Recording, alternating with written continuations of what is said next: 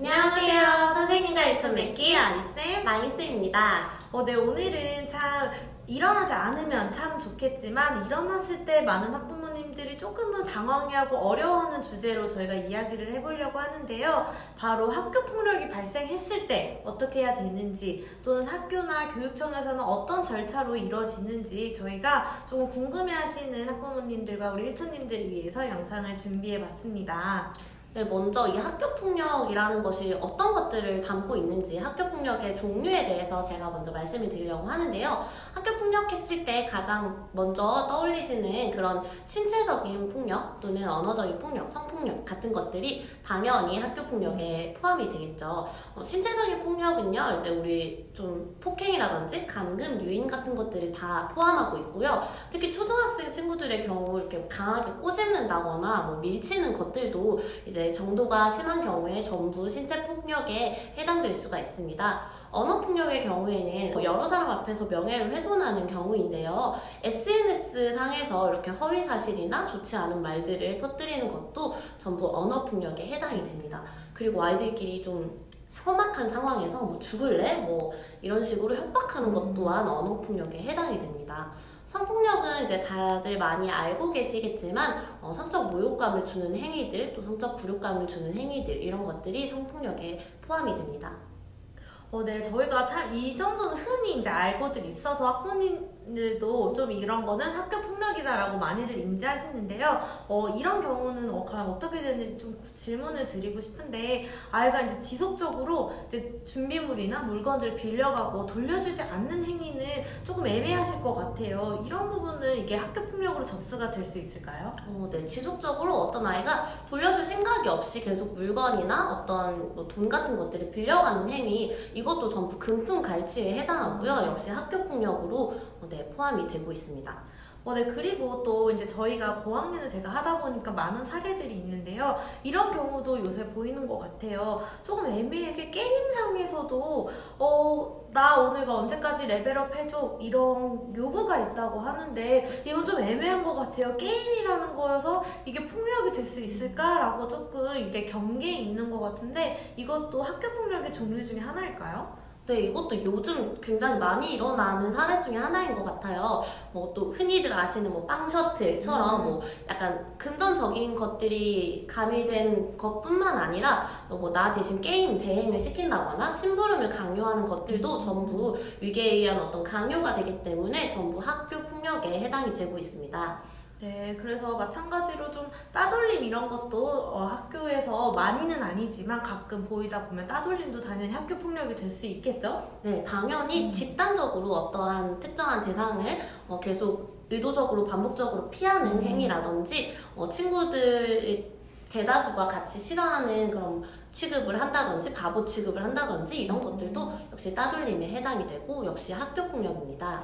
참 이렇게 딱 신체적 폭력 이렇게 우리가 아는 거는 좀 인지를 할 수 있는데, 저 예시를 조금 들어보니까 정말 사소한 것도 어떻게 보면은 학교 폭력으로 번질 수 있는 상황들이 꽤 있네요. 네, 사소한 괴롭힘이나 이런 장난이라고 여겨지는 것들도 전부 학교폭력이 될 수 있어요. 그래서 이런 점들을 학부모님들께서도 잘 알고 계셔야 될 것 같고, 우리 아이들도 장난이 아니고 학교폭력이 될 수 있다는 점을 잘 알고 있어야 될 것 같아요. 그래서 이제 학교에서는 굉장히 많은 이런 학교폭력 예방 교육을 하고 있어요. 그래서 학생들의 경우에는 학기별로 1회 이상, 교직원의 경우에도 학기별로 1회 이상, 학부모들도 학기별 1회 이상 학교폭력 예방에 대한 어떤 안내와 연수를 진행하도록 되어 있습니다. 네, 그럼 앞서 말씀드린 이런 학교폭력의 징후를 발견했다, 알게 되셨다, 그러면은 이것들을 이제 학교에 알려서 어떤 사안 처리를 진행하고 싶다 하시는 경우에 이제 이런 사안 처리는 어떻게 진행될까요? 네, 먼저 학부모님들도 아마 담임교사한테 먼저 협조 요청을 할 것 같은데요. 아마 담임교사와 뭐 전화나 방문 상담을 통해서 이 건을 아마 이야기를 할 것 같아요. 그 와중에 이제 이게 학교폭력 건으로 접수가 되었으면 바로 이제 초기 대응이 들어가는데, 그거 첫 번째 단계가 여기서 신고 접수가 됩니다. 뭐 학부모님이나 또는 이것을 인지한 담임교사 혹은 선생님들이 학교폭력 전담기구 또는 학교폭력 담당 교사한테 이제 사안을 접수를 하는 건데요. 그 다음에는 이제 학교폭력 담당 교사의 협조 아래 이제 사안이 조사가 들어갑니다. 뭐 어떤 일이 있었는지, 뭐 진술서를 작성한다든지, 학교에 와서 학교폭력 담당 교사 좀 상담을 한다든지 간단한 절차가 있을 것 같고요. 그 다음에 이제 전담기구 심의가 있습니다. 그래서 학교 내에 학교폭력 대책위원회에서 이 사안을 어떻게 볼 것인지 전담기구 심의가 있고요. 그 다음에 이제 심사위원회 심의에서 결정이 나게 되고 그거에 따른 조치가 이제 실행이 됩니다. 네, 말씀 중에 지금 전담기구라는 이야기가 나왔잖아요. 이 전담기구라는 것이 대체 무엇이고 어떤 일들을 하는 기구인지 말씀 좀 부탁드릴게요. 전담기구는 우선 학교 내에서 뭐 학교장 지휘 아래 학교폭력을 조금 대체적으로 회의를 할 수 있는 전담기구라고 보시면 되는데요. 이때에는 이제 학교장도 있지만 학교폭력 담당 교사나 상담교사 또는 어떤 성폭력 같은 일이 발생할 수도 있기 때문에 보건교사로 이제 이루어져 있고요. 또 이제 아이들의 교육 활동이나 혹은 아이들에 대한 조치를 하기 때문에 학부모위원이 반드시 3분의 1 이상은 포함되어 있는 기구이고요. 보통은 3월 초에 학부모위원을 위촉을 한 상태입니다. 그래서 학교 내에서 학교폭력이 발생했을 때에는 먼저 이 전담기구 아래에서 이걸 폭력으로 볼 것인지 아니면 이걸 어떻게 해결할 것인지를 회의를 간단히 연다고 합니다. 그리고 이 기구는요, 역할을 보면 아까 사안 조사도 마찬가지로 할 수 있고 교육청이 접수하는 거, 또 교육청 관련해서 이제 조치가 있을 때 이걸 전달하는 역할도 할 수 있고 또는 이제 사안 조사를 이렇게 결과까지 보고하는 역할을 한다고 합니다. 네, 그럼 앞서 그 사안 처리 절차에 대해서 말씀하시면서 전담기구의 심의도 얘기를 하셨고 심의위원회의 조치라고도 얘기를 하셨는데 이 전담기구와 심의위원회 다른 기구인지 또 뭘 하는 건지 어떤 차이가 있는지 또 궁금할 것 같아요. 네, 안 그래도 아까 얘기한 전담기구 심의는요, 학교 내에 있는 학교폭력대책위원회, 학교 내에 있는 부서라고 생각하시면 좋을 것 같고요. 아까 심의위원회에서 조치를 내린다 했을 때 심의위원회는 사실 교육청 소속이에요. 그래서 다른 기관이라고 보시면 될 것 같은데요. 그래서 전담기구 심의에서 이 심의위원회의 조치로 이렇게 단계를 넘어간다고 생각하시면 될 것 같습니다. 그러면 우리가 아까 사안 조사까지 이루어진 후에 전담기구의 심의를 거친 후에 무조건 교육청의 심의위원회로 넘어가는 것인지 이런 질문도 있을 수 있을 것 같은데요. 제가 아까 단계를 설명할 때 이렇게 쭉 설명을 했는데요. 이거는 사실 바로 이어지지 않는 경우도 있어요. 사실 전담기구에서 어떤 것을 심의하냐라고 해서 학교장 자체 해결로 끝낼 수 있는 사안인지 아닌지를 사실 심의하는 곳이기도 합니다. 그래서 사실 아이들이 충분히 이 사실을 인지하고 학교장 안에서 자체적으로 해결할 수 있겠다라는 생각이 들 때 보통은 이제 이 전담기구 심의에서 끝나고요. 이래도 아니다 넘어가는 경우가 이제는 심의위원회 조치라고까지 넘어간다고 생각하시면 좋을 것 같은데 그냥 미안해 하고 이렇게 해서 학교장 자체 해결이 되는 게 아니라요. 학교장 자체 해결에는 이제 4가지 기준이 충족이 되어야 된다고 합니다. 우선 첫 번째로는 아무래도 이제 학교폭력이다 보니까 2주 이상의 이렇게 신체적이나 폭력에 의한 진단서가 없어야 돼요. 없어야 되는 경우도 있고 또는 이런 폭력이 지속적이지 않고 보복의 내용이 아닌 경우 학교장 자체 해결로 끝낼 수 있고 또는 재산상의 피해가 있어. 예를 들면 누구 걸 망가뜨리는데 그걸 바로 복귀시킨 경우 혹은 복귀할 예정이 있는 경우는 이렇게 4가지의 조건에 해당되는 경우는 학교장 자체 해결로 해결할 수 있다고 합니다. 그래서 이 4가지 조건이 다 해결됐을 때 아까 얘기했던 것처럼 전담기구 심의 단계에서 이제 심의 단계를 거쳐서 학교장 자체 해결을 끝내고요. 이때도 이제 서면으로 확인을 하고 동의서를 쓰는 등 절차가 또 따로 있습니다. 네, 앞서 말씀해주신 학교장 자체 해결 처리에 동의를 하지 않거나 아니면 아까 그 요건에 충족되지 않는 경우에는 이제 심의위원회, 학교폭력대책심의위원회로 이관이 되게 됐는데요. 이 학교폭력대책심의위원회는 교육지원청의 법정위원회입니다.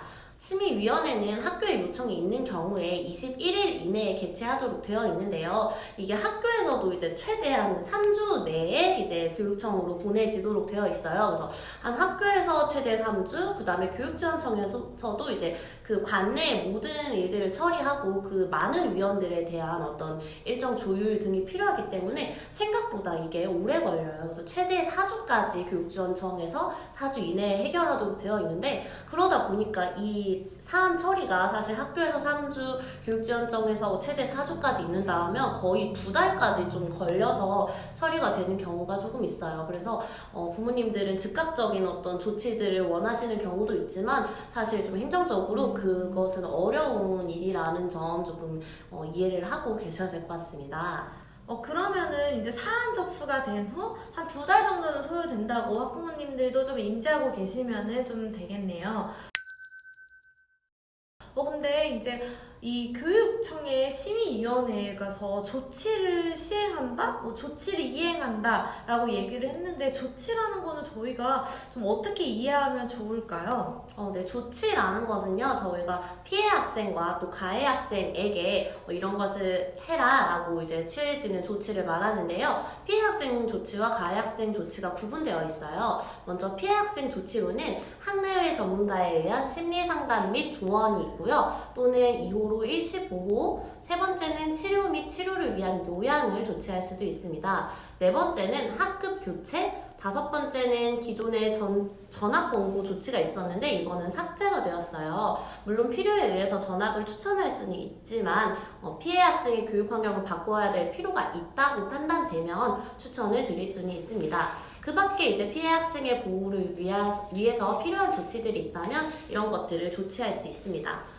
네, 그리고 피해자 조치 면에서 이제 아까 처음에 말했던 학폭 절차의 사안 조사에서요, 학교장 판단 하에 이제 긴급 조치가 피해자한테 필요하다라고 모든 조건이 충족이 되었을 때에는 피해자를 위한 긴급 조치, 아까 말한 첫 번째, 두 번째, 여섯 번째가 이제 조치로 이행이 될 수 있다고 하니까요, 그 부분도 학부모님들이 잘 아셔서 우리 아이가 좀 도움이 필요한 부분은 학교에 요청을 할 수도 있습니다. 반면에 이제 가해자에 대한 조치는요, 피해 학생에 대한 서면 사과 1호, 2호 피해 학생 및 신고 고발 학생에 대한 접촉 협박 및 보복 행위 금지, 3호 학교에서의 봉사, 4호 사회봉사, 5호 학내외 전문가에 의한 특별교육 이수 또는 심리치료, 6호 출석 정지, 7호 학급 교체, 8호 전학, 9호 퇴학 처분 등이 있다고 합니다.